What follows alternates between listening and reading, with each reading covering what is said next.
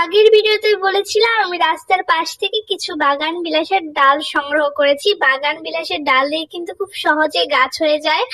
এই কারণে ডালগুলো আমাকে সুন্দর করে একটু মোটা মোটা, যেটা পেন্সিল আকৃতি, মানে পেন্সিলের মতন যেটা মোটা, ওই ডালটা নিতে হবে।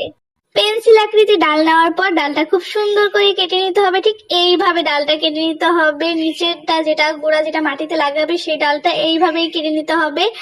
এরপর আমি হলুদ আর অ্যালোভেরা, উপর দিকে হলুদ লাগাবো এবং নিচের দিকে যেটা মাটির ভিতর থাকবে ওইখানে আমরা অ্যালোভেরা দিয়ে দেবো। অ্যালোভেরা দিয়ে দিলে তাড়াতাড়ি গাছটা পচবে না, এটা ভালো হবে এই কারণে।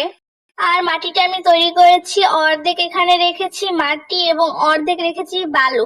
আর এই গাছগুলো কিন্তু খুব সহজে, খুব তাড়াতাড়ি হয়। এবং আমি অন্য একটা ডালের সাথে গর্ত করে তারপরে সুন্দর করে এখানে দিয়ে, এটা যাতে করে অ্যালোভেরা যে দিয়েছি ওটা যেন সরে না যায়, সুন্দর করে এইভাবে একটু হালকা চেপে চেপে এই জায়গা লাগিয়ে দিতে হবে। গাছগুলো কিন্তু খুব সুন্দর হয়। আমি আশা করি যে 10-12 দিনের ভিতরে পাতা বের হয়ে যাবে।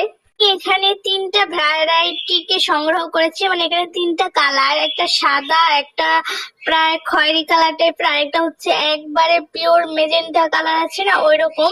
আশা করি যে গাছগুলো হবে, তবে আমি আগে কখনো এই বাগান বিলাসের চারা করিনি, তাই জানিও না। ঠিক আছে, আমি যেভাবে পারছি এটা সুন্দর সেইভাবে লাগাচ্ছি।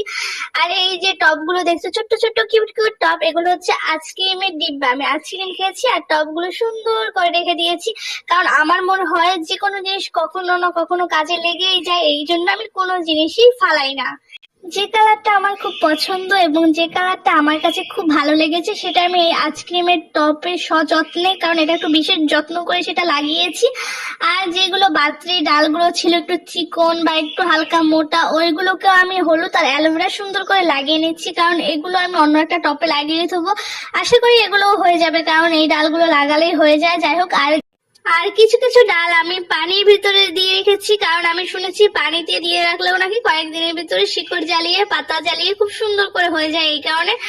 আর বাড়তি ডালগুলো আমি এই টপে, এই টপ বালু ছিল, অর্ধেক বালু অর্ধেক মাটি ছিল, এই টপের ভিতরে লাগিয়ে দিয়েছি। আশা করি হতে পারে, যদি চাই। এখানে একটু চিকন চিকন ডাল আছে, একটু মোটাও আছে। বেশি ডাল হওয়ার কারণে আমি এখানে কিছু ডাল লাগিয়ে দিচ্ছি, আশা করি হবে।